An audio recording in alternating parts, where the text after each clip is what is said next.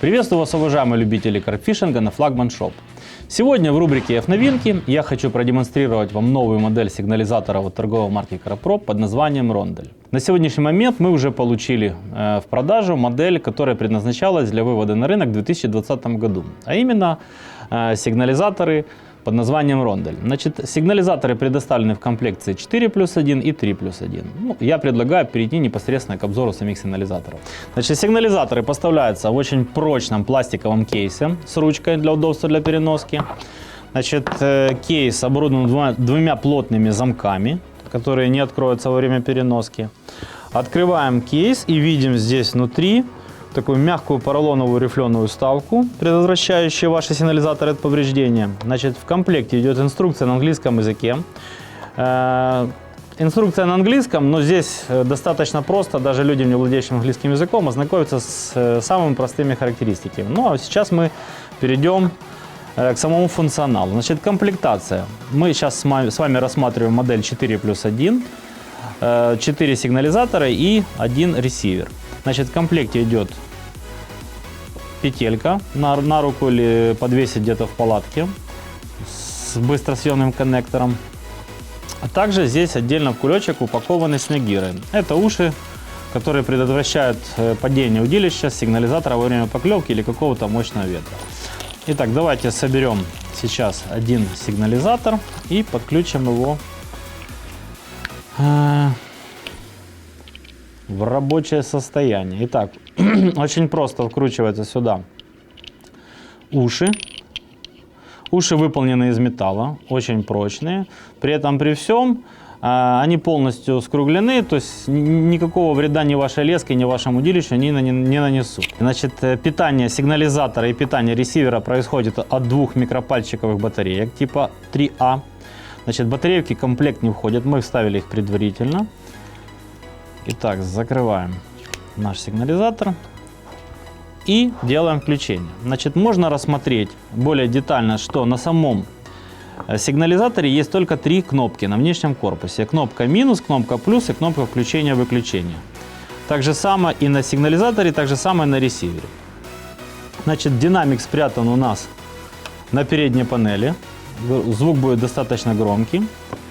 Сбоку на сигнализаторе и на ресивере находятся кнопки функциональные, с помощью которых можно будет управлять и выбирать необходимые вам функции. В ресивере имеется также вот сверху специальное ушко под крепление шнурка. Итак, предлагаю включить наш ресивер и наш сигнализатор в рабочее состояние. Для этого нажимаем кнопку «Включить». Происходит включение, мы видим, что у нас произошла змейкой, показала все светодиоды. Так же самое включаем наш сигнализатор. Все, мы включили сигнализатор и ресивер в рабочее положение. Итак, перейдем непосредственно к функциям сигнализатора.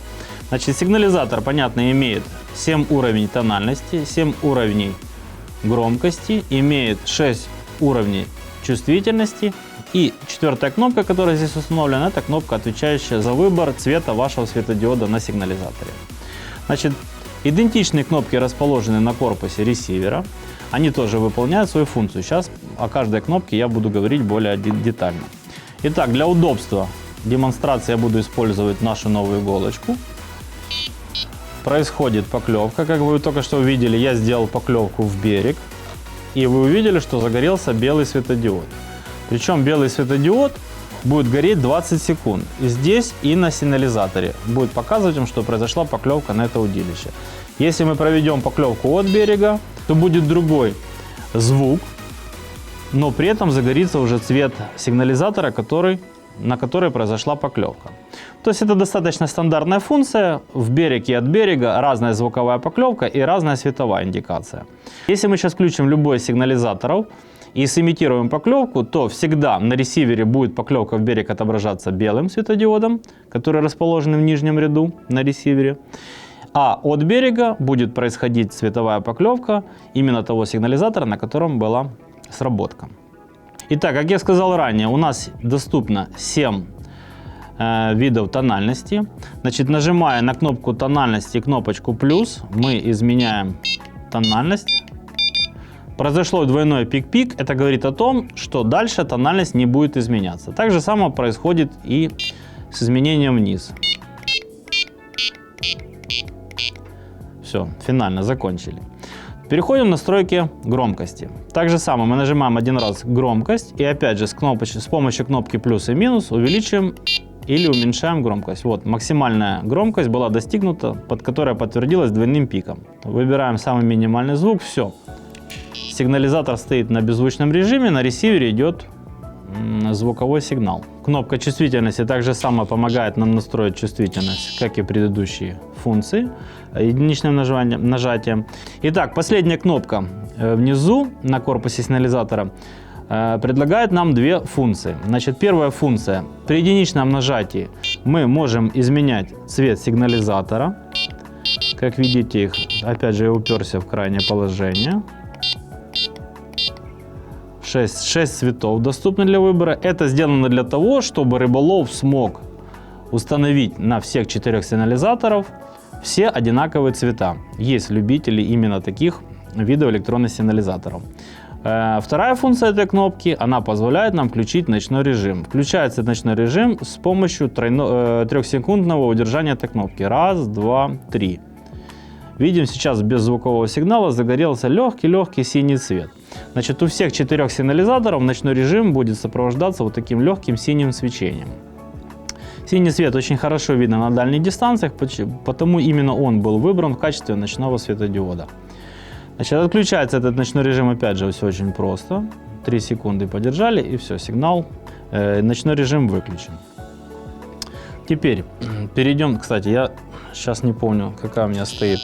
Видите, вот я оставил настройки на красном светодиоде, но сейчас я их просто исправлю на желтый светодиод. Все, желтый светодиод соответствует желтому цвету. Итак, переходим к настройкам нашего ресивера. Значит, на ресивере тоже установлены 4 кнопки. Значит, правая нижняя кнопка с буквой Т отвечает за выбор режима звукового на ресивере, либо режим вибро. Вибро, он идет у нас без звука. Значит, включается он тоже достаточно просто. Нажимаем один раз Т и с помощью кнопки плюс переходим в режим вибро. Сейчас вы, конечно, этого не увидите, но здесь происходит вибропоклевка, а здесь мы оставили беззвучный режим. Опять так же самое, для того, чтобы включить назад его в звуковой режим, нажимаем кнопку Т и нажимаем один раз минус. Опять звук появился, все нормально. Теперь у нас кнопка В, это громкость, нажимаем ее один раз и можем с помощью кнопок плюс и минус изменять громкость самого ресивера. Тоже достаточно удобная вещь. Следующая кнопка на нашем ресивере отвечает за перепрограммирование сигнализатора под необходимый цвет светодиода на нашем ресивере.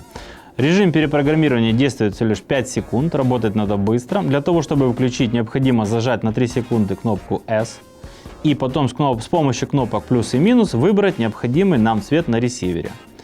И зафиксировать его с помощью поклевки от берега на нашем сигнализаторе, который мы хотим перепрограммировать. Происходит это следующим образом. Зажимаем на 3 секунды, сейчас я установлю для удобства. Зажимаем на 3 секунды. Появляется первый светодиод, выбираем, к примеру, синий светодиод и фиксируем от берега. Вот. Видим, произошла поклевка, это говорит о том, что ресивер заполнил наш сигнализатор, который первоначально желтого цвета, на синем светодиоде. Теперь мы можем увидеть, что наш сигнализатор, который на самом деле был желтый, стал синим. Но опять же, у нас достаточно просто, если вы помните, с помощью кнопки C мы нажимаем ее один раз и меняем этот цвет на синий. И вот, по большому счету, мы получаем перепрограммированный набор. Достаточно все просто. Опять же, возвращаю его на желтый цвет. Где? Вот желтый цвет. И опять. Сейчас захожу в режим перепрограммирования. Нажимаю 1, 2, 3. Выбираю первоначальный желтый цвет. Фиксирую поклевкой от берега. Неудачно показал. Ну, уже поклевка произошла. Все, мы видим, что он зафиксировался. Теперь этот сигнализатор желтого цвета сохранен на ресивере на желтом цвете. Сейчас я поправлю, увеличу чувствительность, для того, чтобы было проще. И, как мы видим, все нормально. Желтый цвет соответствует желтому цвету. Четвертая кнопка на ресивере – это кнопка C. она позволяет нам использовать наш ресивер в качестве фонарика. Включается этот фонарик тоже очень просто. Нажимаем один раз на кнопку C и включаем кнопочку плюс. И мы видим, ну сейчас здесь достаточно светло, но если это будет темное помещение, то мы можем использовать наш ресивер в качестве фонарика. Фонарик там для монтажа или фонарик там, когда вы идете в темное время суток, например, между секторами где-то делаете переход. Опять же, выключается тоже он достаточно просто. Нажимаем кнопку C и кнопкой минус его выключаем в обычное положение. Также на нашем сигнализаторе установлено стандартное гнездо джек на 2,5 мм для подключения его электронных свингеров. Значит, сигнализаторы работают в радиусе 250 метров. У сигнализаторов достаточно высокий уровень влагозащиты.